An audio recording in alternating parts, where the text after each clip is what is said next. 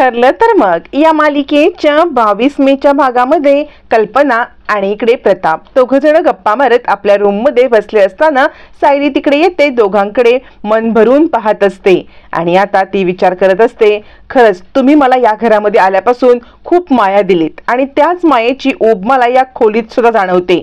आज माझा या खोलीतला शेवटचा दिवस आहे. शेवटचं मी तुमच्यासोबत काही क्षण घालवणार आहे असं म्हणत सायली दारातच उभी असते आणि इकडे आता कल्पना आणि प्रताप या दोघांकडे खूप प्रेमाने पाहत असते. तेवढ्यात प्रतापचं लक्ष सायलीकडे जातं आणि सायली, काय ग, ये ना, असं का तिकडे उभी आहेस असं म्हणत तो सायलीला आतमध्ये बोलवतो. यावरती सायली म्हणते, काही नाही बाबा, हे पाहत होते असं शेवटपर्यंत तुमचा आशीर्वाद मला लाभू दे आणि तुमची साथ मला शेवटपर्यंत लाभू दे. यावरती मग मात्र प्रताप म्हणतो, का ग, म्हणजे तुम्ही असं का विचार करतेस? तू आणि अर्जुन काही दुसरी खोली घेणार आहात का? यावरती कल्पना म्हणते, काहीतरीच काय तुमचं आपलं. सायली, अगं काय झालंय? हे बघ, खरं सांगू का तर सासू सासरे काही आयुष्यभर पुरत नसतात, पण तू आणि अर्जुन एकत्र राहणार आहात, कायम एकमेकांच्या सोबत राहणार आहात आणि याच जन्मी नाही तर पुढचे 7 जन्म तू सुभेदारांची सून होणार आहेस, अर्जुनची बायको होणार आहेस. ही गोष्ट मात्र लक्षात घे असं म्हणत कल्पना आता सायलीच्या डोक्यावरून मायेने हात फिरवते. सायली विचार करत असते, 7 जन्माचं काय, पण या जन्मात पण मी तुमची सून नाहीये असं मनातल्या मनात विचार करत सायलीला खूप वाईट वाटत असतं. कल्पना म्हणते, तू आणि अर्जुन नेहमी सुखात संसार करा, नेहमी एकमेकांच्या सोबत उभे राहा असं म्हटल्यावर ती सायली दोघांचे आशीर्वाद घेते. कल्पना म्हणते, आमचे आशीर्वाद सतत तुझ्या पाठीशी असणारच आहेत. दोघजण सायलीला तोंड भरून आशीर्वाद देतात आणि सायलीच्या मनात मात्र आपण उद्या घर सोडून जाणार या विचारांचं काहूर माजलेलं असतं. त्यामुळे कल्पना प्रताप तिला काय बोलतायत, काय सांगतायत याकडे तिचं लक्षच नसतं. तिच्या मनात फक्त आपण उद्या निघून जायचं आणि त्याचमुळे तिच्या डोळ्यामध्ये सारखं पाणी भरून येत असतं. तोपर्यंत इकडे आता सकाळी सकाळी ज्यावेळेला चैतन्य उठतो तो अख्ख्या घरामध्ये साक्षी कुठे दिसत नाही, म्हणून इकडे साक्षीला शोधत असतो. साक्षीला आवाज देतो, तिला कॉल करण्याचा प्रयत्न करत असतो, पण साक्षी कुठेच दिसत नाही. चैतन्य विचार करतो, साक्षी गेली तरी कुठे, म्हणजे असं अचानक काय घडलं की साक्षी गेली काही न सांगता. आणि हा विचार करत असताना अचानकपणे फायनान्सरचे गुंड येतात. फायनान्सरचे गुंड येऊन म्हणतात, कुठे आहे त्या महिपतची पोरगी, कुठे आहे? आमच्या एक दमडा न देता आमचे पैसे बुडवून ती गेली तरी कुठे? यावर चैतन्य म्हणतो, एक मिनिट, काय चाललंय काय तुमचं? आता ते चैतन्याची कॉलर पकडतात आणि चैतन्याला म्हणतात, तू कोण रे? म्हणजे तू या घरात राहतोस म्हणजे त्या पोरीचा मजनू दिसतोयस रे, तुला पण सोडणार नाही बरं का. आमचे पैसे तिने बुडवले, तिला निरोप द्या आमचा, लवकरात लवकर आमचे पैसे द्या, नाहीतर. चैतन्य म्हणतो, काय ही आर्यावी चाललेली आहे?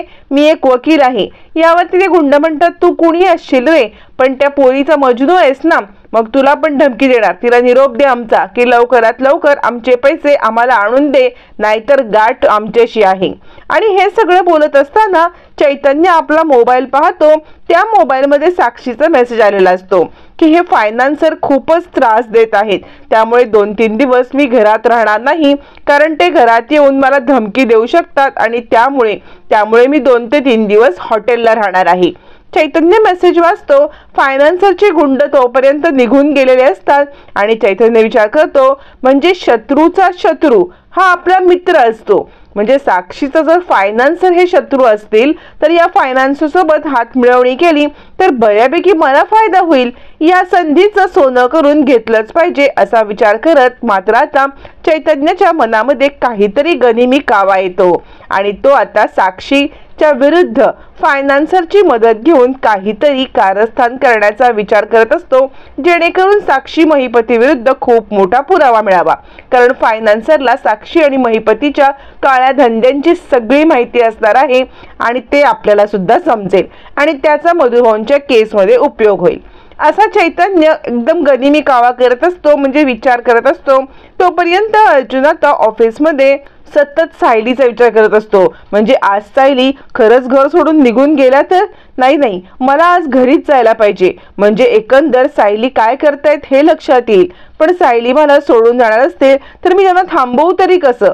अर्जुनला काहीच कळत नसतं. त्याच्या मनात सतत सतत विचार सायलीचे असतात की सायली काय करणार असेल, खरंच सायली घर सोडून जाणार असेल का, आणि सायली घर सोडून जाऊ नये म्हणून तो मनातल्या मनात प्रार्थना करत असतो. इकडे आता सायली कल्पना आणि प्रताप यांचा आशीर्वाद घेतल्यावरती पूर्णाजीच्या खोलीत येते.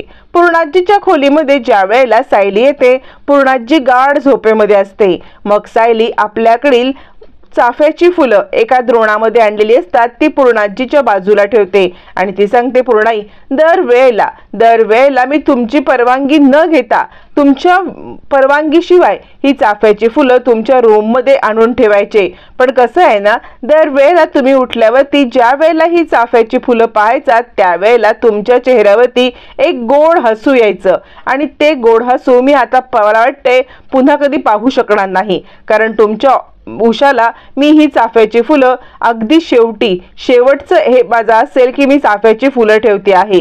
पण तुम्ही अशा हसत राहा, तुम्ही नेहमी आनंदी राहा, या चाफ्यासारख्या नेहमी टवटवलेल्या राहा, आणि या घरावरती तुमचे आशीर्वाद सतत कायम असू दे. असं म्हणत इकडे आता सायली ते सगळे फुलं बाजूला ठेवते, पूर्णाजीचा आशीर्वाद घेते, आणि ही शेवटची वेळ असणार आहे की मी तुमचा आशीर्वाद घेते असं म्हणत पूर्णाजीच्या पाया पडायला लागते. आता मात्र सायली एक एक करत या घराचा निरोप घेण्याचा पूर्णपणे मी आता तयारी केलेली असते. या सगळ्यामध्ये पूर्णाजीचा आशीर्वाद घेऊन सायली आता किचन मध्ये येते. किचन मध्ये आल्यावरती एक वार किचनकडे छानपैकी ती पाहते. किचनकडे पाहत आता इकडे तिकडे ती वॉशरूम मध्ये जाते, आणि त्याच वेळेला नेमकी आता एंट्री होते ती म्हणजे अर्जुनची एंट्री झाल्यावरती मात्र आता अर्जुन विचार करतो, या वेळेला सायली किचन मध्ये हव्यात, मग त्या गेल्या तरी कुठे? काहीच कळत नाहीये की सायली गेल्यात कुठे, आणि त्याच्या मनामध्ये शंकेची पाल चुकचुकते की सायली हे घर सोडून तर निघून नाही ना गेल्या.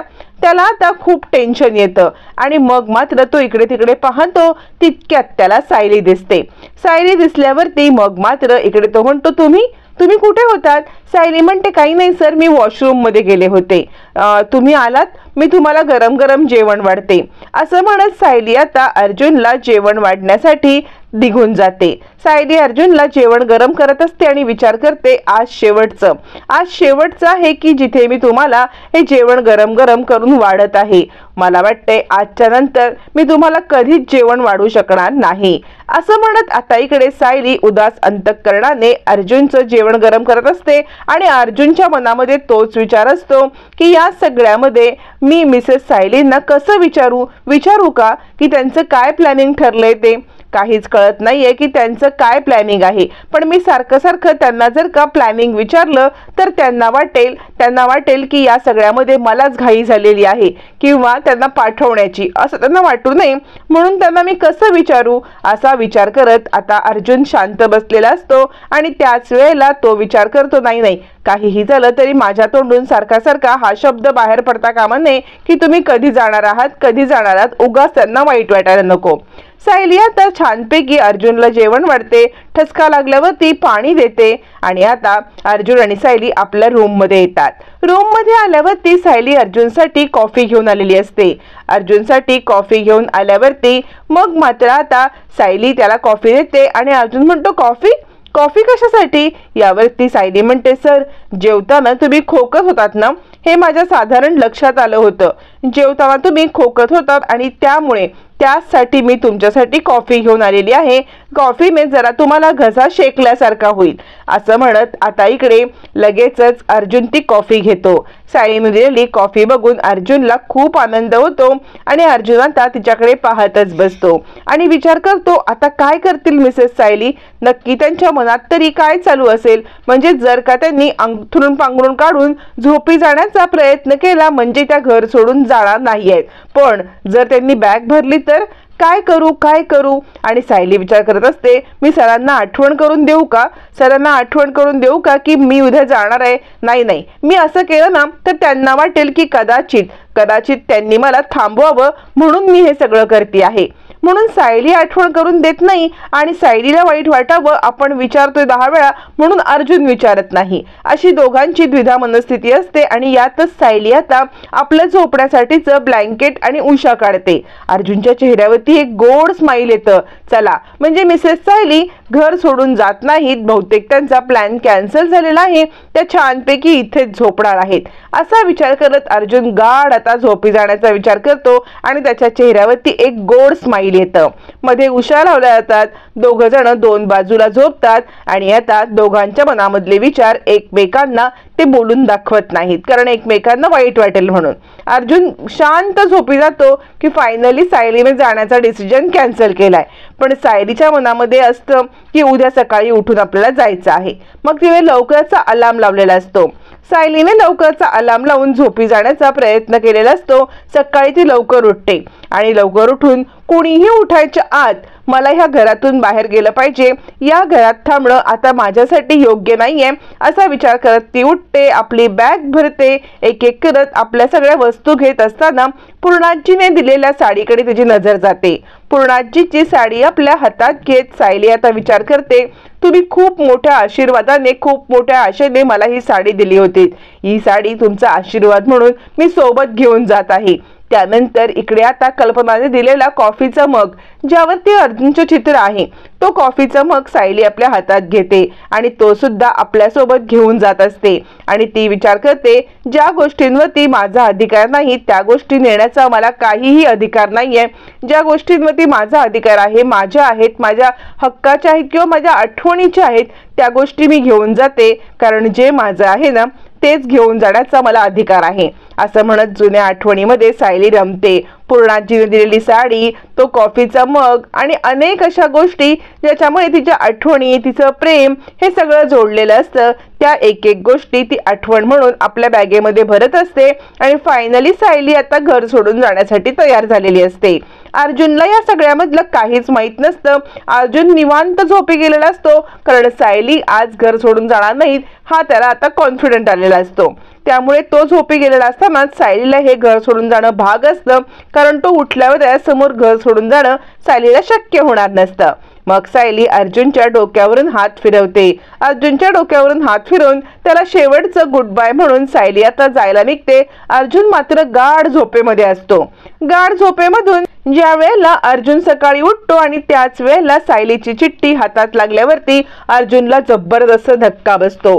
चिठ्ठीमध्ये लिहिलेलं असतं की या सगळ्यामध्ये आपला सोबत इथपर्यंतचीच होती, यानंतर आपले मार्ग वेगळे आहेत, यानंतर तुम्ही तुमच्या मार्गाने आणि मी माझ्या मार्गाने जाणार आहे. त्यामुळे आता या घरामध्ये राहण्यामध्ये काही अर्थ नाहीये. मी न कुसुमताईकडे चाललेले आहे. घरात कोणी विचारलं तर तुम्ही त्यांना तसंच सांगा की मी कुसुमताईकडे चाललेले आहे आणि आता कुसुमताईची तब्येत बरी नाहीये. आता ही चिठ्ठी वाचल्यावरती अर्जुनला चक्कर येते. अर्जुन खाली पडतो. त्याचं डोकं बेडच्या एका टोकाला आपटतं आणि अर्जुन खाली पडलेला आवाज खालपर्यंत येतो. तिकडे आता कल्पना आणि विमल पण येतात. आणि सायली कुठे आहे आणि अर्जुन असा कसा पडला म्हणून दोघींना ही चिंता वाटते. दोघी जणी समोर येतात. अर्जुन अर्जुन असं म्हणत कल्पना आता अर्जुनला उठवण्याचा प्रयत्न करते. अर्जुन पूर्णपणे बेशुद्ध असतो. मग कल्पनाचा फोन घेऊन इकडे आता विमल सायलीला कॉल करते. तोपर्यंत सायली बॅग घेऊन निघालेली असते. बॅग घेऊन अर्ध्या वाटेत ती आता कुसुमच्या घरी जायला निघालेली असताना आईंचा फोन कसा काय आला, उचलू की नको या ह्याच्यामध्ये असताना सायली फोन उचलते आणि विमल सांगते, सायली ताई कुठे आहात तुम्ही, म्हणजे इकडे खूप मोठा अनर्थ झालाय. अर्जुन दादा बेशुद्ध झालेत, ते खाली पडलेत, तुम्ही ताबडतोब या बरं. अर्जुनची तब्येत खराब झाली, अर्जुन बेशुद्ध झालाय हे ऐकून सायलीला जबरदस्त धक्काच बसतो आणि ती धावत पळत आता घरी यायला लागते. नियतीने या सगळ्यामध्ये अर्जुन सायलीला एकत्र आणण्यासाठी पुन्हा फासे फेकलेले आहेत आणि या फास्यामध्ये अर्जुन सायली पुन्हा अडकलेले आहेत. अर्जुन सायली नियतीने एकत्र येणार आहेत आणि आता सायली हे घर सोडून जाण्याचं सध्या तरी पोस्टपोन करणार आहे. दोघांच्या मध्ये एक नवीन डील होणार आहे. नियतीने जबरदस्त डाव खेळलेला आहे.